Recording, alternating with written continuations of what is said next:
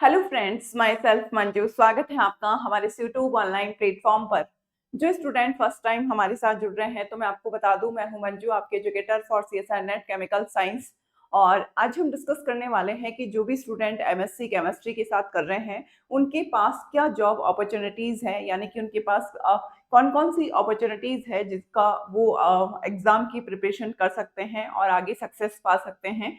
तो आज हम डिस्कस करने वाले हैं आफ्टर एमएससी जो है केमिस्ट्री से, अगर आप एमएससी करते हैं तो आपके पास जो स्कोप है वो कौन कौन से हो सकते हैं। देखिए, आपका एक तो जो टारगेट है वो फिक्स होना चाहिए। आपको ये भी पता होना चाहिए कि आपके जो सब्जेक्ट से रिलेवेंट जितने भी एग्जाम्स निकलते हैं वो सारे एग्जाम्स आपको देने हैं। देखिए, हमेशा स्टूडेंट्स का प्लान ए तो होता ही है। मान लीजिए किसी का ये होता है कि असिस्टेंट प्रोफेसर बनना है, या फिर किसी को ये लगता है कि पीएसयू में जाना है, और किसी को केमिस्ट बनना है, किसी को ऐसा लगता है कि साइंटिस्ट बनना है।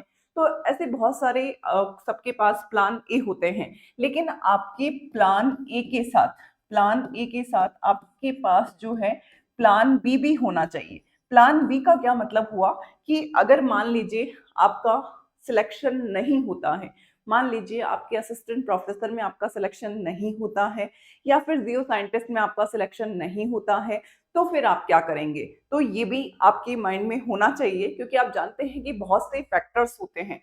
कई स्टूडेंट्स जो तैयारी कर रहे होते हैं, मान लीजिए कोई असिस्टेंट प्रोफेसर की तैयारी कर रहा है, लेकिन कई बार टाइम से वैकेंसीज नहीं निकलती और कई बार स्टूडेंट एक एक दो दो मार्क्स से रह जाता है। तो इसका मतलब ये नहीं है कि उसकी जो करियर अपॉर्चुनिटीज है वो वहां पर खत्म हो जाती है और कोई उसके पास अपॉर्चुनिटी नहीं है। आपको हमेशा अपना जो प्लान बी है वो साथ में लेकर चलना चाहिए कि अगर हमारा इसमें नहीं होता है तो हम आगे क्या कर सकते हैं। मान लीजिए कोई स्टूडेंट सीएसआईआर नेट एग्जाम की प्रिपरेशन कर रहा है, और सीएसआईआर नेट एग्जाम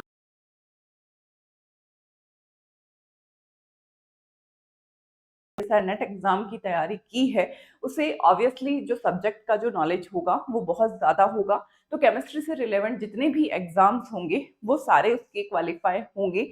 तो आपके पास बहुत सारी अपॉर्चुनिटीज अवेलेबल है। देखिए, आज हम डिस्कस करने वाले हैं कि जो स्टूडेंट एमएससी केमिस्ट्री से कर रहे हैं, एमएससी केमिस्ट्री से कर रहे हैं, तो देखिए हमेशा अगर आप सीएसआई नेट एग्जाम की तैयारी करना चाहते हैं तो आप सीएसआई नेट एग्जाम की तैयारी कर सकते हैं। और आप जानते हैं कि जो नेट एग्जाम है वो असिस्टेंट प्रोफेसर बनने के लिए एक मिनिमम एलिजिबिलिटी क्राइटेरिया है, और ये नेशनल लेवल पर कंडक्ट होता है। यानी कि किसी भी स्टेट में अगर असिस्टेंट प्रोफेसर की वैकेंसी निकलती है और आपका अगर नेट क्वालिफाई है तो आप उस पोस्ट के लिए एलिजिबल होंगे। दूसरा, आप सेट क्वालिफाई कर सकते हैं, यानी कि सेट एग्जाम की तैयारी कर सकते हैं। और सेट एग्जाम जो है पर्टिकुलर स्टेट के लिए होता है। जैसे मान लीजिए राजस्थान में सेट की वैकेंसी निकलती है, या फिर एमपी में सेट की वैकेंसी निकलती है। तो सेट जो है पर्टिकुलर स्टेट के लिए होता है।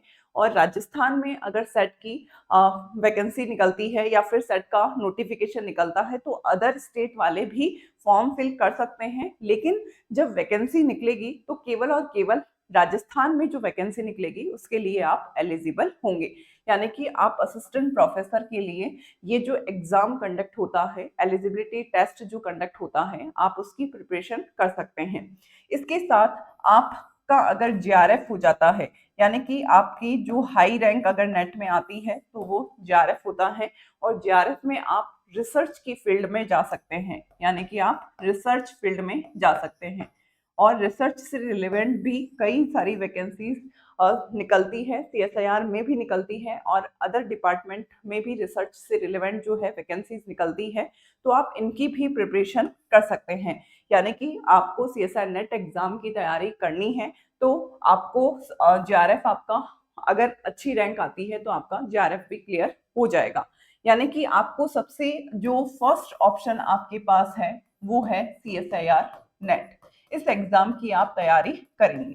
अब देखिए, इस एग्जाम की अगर आप तैयारी करेंगे तो आपकी जो है अदर एग्जाम की तैयारी अपने आप हो जाएगी। मान लीजिए आप बीएड क्वालिफाई हैं तो आप फर्स्ट ग्रेड का एग्जाम भी दे सकते हैं। और फर्स्ट ग्रेड में जो क्वेश्चंस पूछे जाते हैं उनका लेवल बहुत कम रहता है सीएसआई नेट के कंपैरेटिवली। तो अपने आपने अगर नेट की प्रिपरेशन करी है तो आप एनसीईआरटीज़ की बुक इसके साथ अगर पढ़ते हैं तो आपका जो फर्स्ट ग्रेड एग्ज़ाम है वो उसमें भी आपकी जो तैयारी है वो सफिशिएंट होगी केमिस्ट्री के लिए, यानी कि आप फर्स्ट ग्रेड की तैयारी भी कर सकते हैं।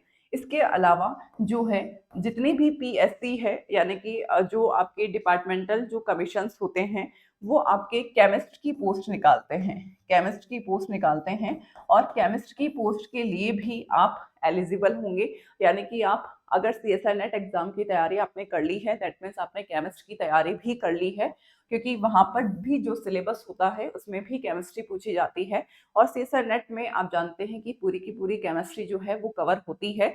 तो आपने इस एग्जाम की भी तैयारी कर ली, आप ये मानकर चलिए। इसके अलावा जो है आपके जो जूनियर साइंटिस्ट की जो है वो पोस्ट निकलती है और जूनियर साइंटिस्ट में भी आपके जो केमिस्ट्री से रिलेवेंट है उसमें आप एलिजिबल हैं, यानी कि आप इसकी भी तैयारी कर सकते हैं। इसके अलावा जो है सीएसआईआर में ही आपके जो है टेक्निकल असिस्टेंट की पोस्ट निकलती है, वहां पर भी केमिस्ट्री की अलग से पोस्ट होती है, तो वहां पर भी आप एलिजिबल हैं। इसके अलावा आप गेट एग्जाम दे सकते हैं और गेट एग्जाम के थ्रू पीएसयू में इंटरव्यू के थ्रू सिलेक्शन होता है गेट के स्कोर के बेसिस पर। तो जितनी भी भारत की नवरत्न कंपनियां हैं, जो आपकी 10 से 11 भारत की जो नवरत्न कंपनियां हैं, आप उसमें जॉब पा सकते हैं और वहाँ पर जो सिलेक्शन होता है वो गेट एग्जाम के थ्रू होता है और गेट और सीएसआर नेट का जो सिलेबस है वो ऑलमोस्ट क्या है, बिल्कुल सेम है। इसके अलावा जो है आप अगर मान लीजिए आप यूपीएससी का एग्जाम दे रहे हैं और यूपीएससी में आपके पास जो ऑप्शनल सब्जेक्ट है, ऑप्शनल सब्जेक्ट आपके पास जो है वो केमिस्ट्री है, वहां पर भी जो सिलेबस है वो सीएसआई नेट एग्जाम के जैसा ही बिल्कुल सिमिलर बिल्कुल सिलेबस है। दैट मीन्स अगर आपने सीएसआई नेट एग्जाम की तैयारी बहुत अच्छे से कर ली तो आपकी जो कॉन्सेप्ट होंगे वो बहुत स्ट्रांग होंगी। हाँ, वहाँ पर जो थ्योरेटिकल पोर्शन है, क्योंकि वहाँ पर सब्जेक्टिव पेपर होता है तो वहाँ पर वो ज़्यादा पूछा जाता है, लेकिन वो भी एक आपके पास ऑप्शन अवेलेबल है। इसलिए आप मानकर चलिए कि अगर आप सीएसआर नेट एग्जाम की तैयारी कर रहे हैं तो आप बहुत सारे एग्जाम की तैयारी कर रहे हैं। आपके माइंड में कभी ये नहीं होना चाहिए कि आप केवल और केवल एक सिंगल एग्जाम की तैयारी कर रहे हैं। आप केमिस्ट्री से रिलेवेंट जितने भी पेपर्स कंडक्ट होते हैं आप उन सब की तैयारी कर रहे हैं, ये आपके माइंड में होना चाहिए। बस आपको पूरे अपनी डेडिकेशन के साथ इस एग्जाम की प्रिपरेशन करनी है। 6 से 7 मंथ जो है रेगुलर 8 to 10 आवर्स आपको इस एग्जाम को देने हैं और अगर आप रेगुलर स्टडी करते हैं तो इस एग्जाम को क्वालिफाई करना बहुत बड़ी बात नहीं है।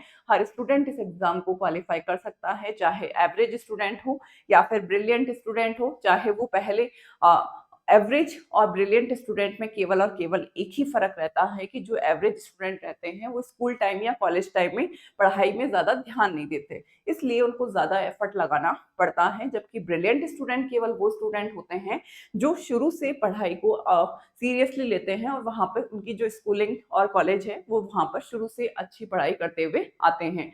बस यही फर्क होता है। तो दोनों ही तरीके के स्टूडेंट जो है वो इस एग्जाम को क्वालिफाई कर सकते हैं। बस आपको ज़रूरत है डेडिकेशन की, रेगुलरिटी की और कंटिन्यूटी के साथ आपको इस एग्जाम की जो प्रिपरेशन है वो करनी है।